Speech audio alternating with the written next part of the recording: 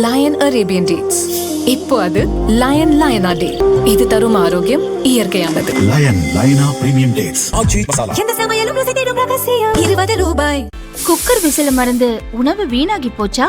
இனி அந்த கவலையே வேண்டாம். வழங்குகிறோம் உலகின் முதல் விசில் கவுண்டர் குக்கர், புதிய அல்ட்ரா குரோனோ. அல்ட்ரா என்றால் ஆரோக்கியம்.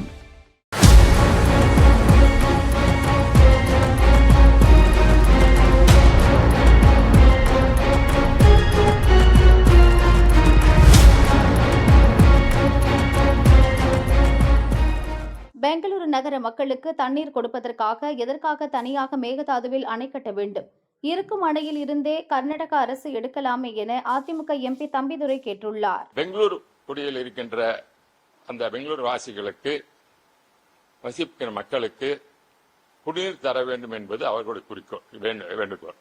அதற்காக மேகதாது கட்ட வேண்டும் என்று சொல்கிறார்கள். அதை சுப்ரீம் கோர்ட் கிளியர் ஜட்மெண்ட் கொடுத்திருக்கிறாங்க. எந்த அணையை கட்டுவதால் நம்ம கீழே மற்ற ரெப்பேரியன்ஸினுடைய மற்ற எல்லா ஸ்டேட் இருக்கு, கேரளா இது இருக்குது, மாநில அரசு சம்பந்தப்பட்டிருக்கு, தமிழ்நாடு இருக்குது, கர்நாடகா இருக்குது, பாண்டிச்சேரி இருக்குது. இதனுடைய ஒப்புதல் இல்லாமல் எதுவும் செய்ய முடியாது. ஒன்று. இரண்டாவது, குடிநீர் தருவதற்கு பெங்களூர் மக்களுக்கு 18 டிஎம்சி வாட்டர் கொடுக்கணும்னு ஜட்மெண்ட் கொடுத்திருக்கிறாங்க. அதில் 18 டிஎம்சி வாட்டரை மேகதாது கட்டி தான் எடுக்கணும் அவசியம் கிடையாது. அது கிருஷ்ணராஜ சாகர் அணை இருக்கிறது.